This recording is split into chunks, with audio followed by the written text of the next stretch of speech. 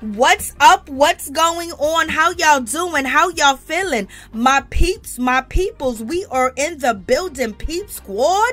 Let's get down to the situation. But please, don't forget to like, comment, and subscribe to the channel, y'all. Let's get into it. Let's talk about Dutchess from Black Ink Crew. It is going down. She is telling all the tea, nothing but the tea, true tea, you know, with honey and some cinnamon on top, baby. She is not playing out here in these streets. She's letting it all hang out, and Dutchess is letting us know it was hard times, it was difficult times, it was dog times. She basically says that she was down there staying with Lucifer when she was staying with C's.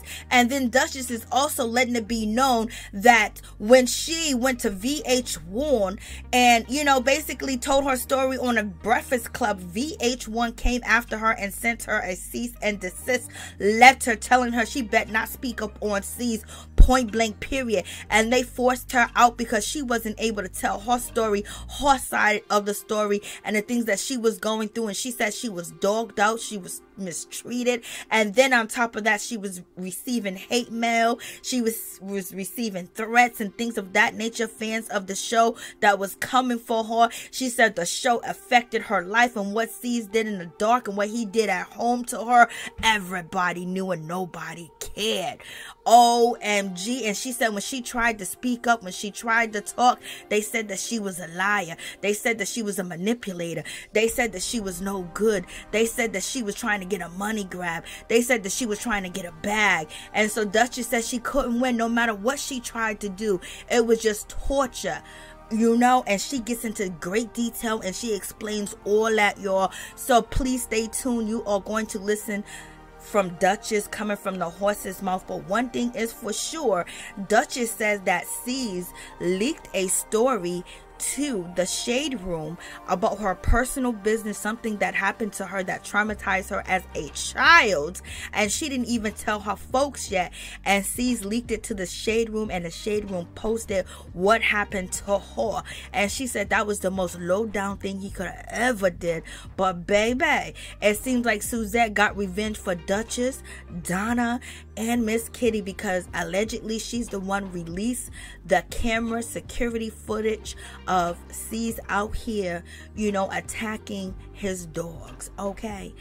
Okay, and she is the one that absolutely got him canceled and fired from the show. So it took her to do it, baby. But all these ladies are telling their story. Even Crystal came out and told her story that nobody believed her, nobody believed what she had to say. Okay, so there's a whole lot going on in this situation.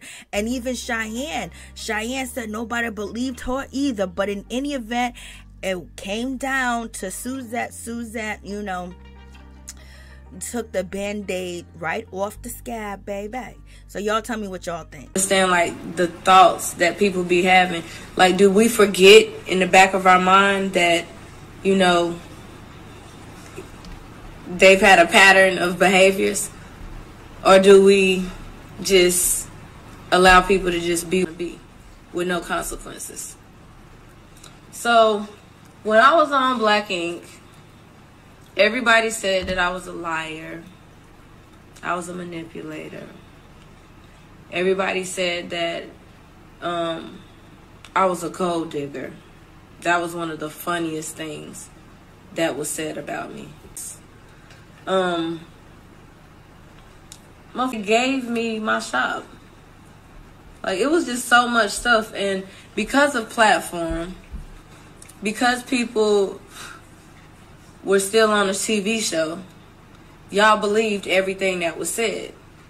And for me, I'm just like, when do we start being more responsible with our support? When do we start doing that? Because when I talked about going in the shop, I was being a manipulator. When I said down, I was lying. When I talked about him putting his hands on me, y'all said I was a liar. Now, what's funny to me is how many domestic violence survivors like myself, nobody believed you when you told somebody that you was going through what you was going through, which forced you to probably stay in it longer than you really had to. No other way out. But None of y'all believed it. Y'all said I was crazy. And I stayed silent. I've been very silent for a long time. Once I did the Breakfast Club interview, VH1, the same network that fired Cease, VH1 sent me a cease and desist after I did the Breakfast Club interview. That's what they did. The same people that has now fired him over dog.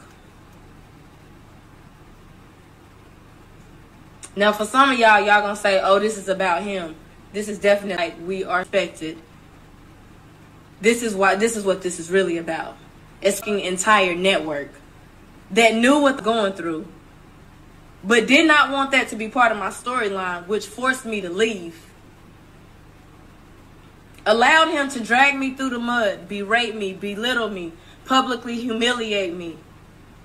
Drag out the fact that I was a rape survivor. He put that story out on Shade Room. And they posted that. First time majority of my family even knew about that stuff. I went through suicide. I went through some very behind this.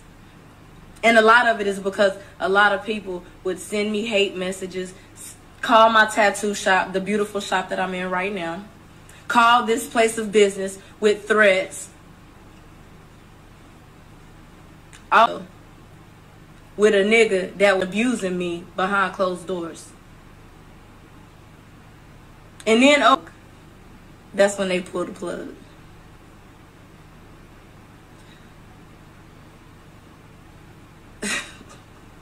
And for everybody that's negative, that want to say, no one cares, girl, he's not worried about you, why cry now? See, that's the problem with people now, because that's what y'all think this is. This really ain't that. Okay? This ain't that. Y'all mind reality TV don't be seeing how shit really affect. That's why we don't got rights to abortion right now, too. Because it's VH1.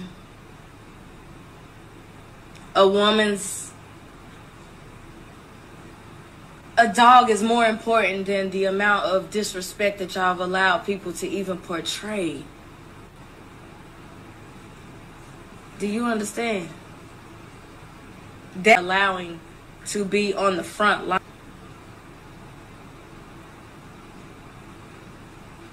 That's what really sitting these chairs accountable.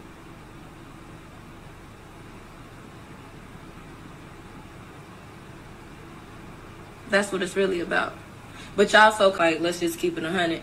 But I did see how the situation, even with his daughter, a child, a young black woman, ain't even enough to make y'all hold somebody accountable.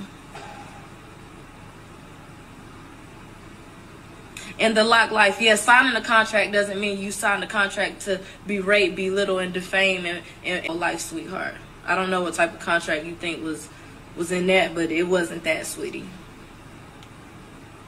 It wasn't.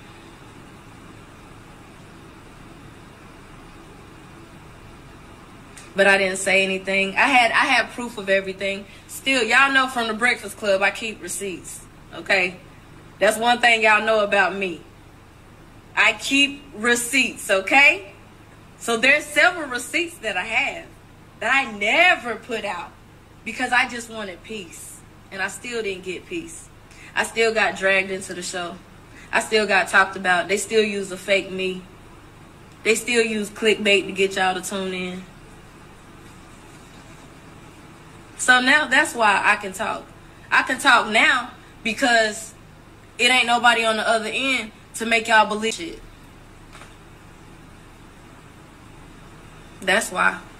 That's why I'm talking now. Because when proof reveals itself, then that's when you talk. That's when you talk. I'm talking. But now, oh yes, I'm going to be definitely talking. That's why I created Beat Yourself Beautiful.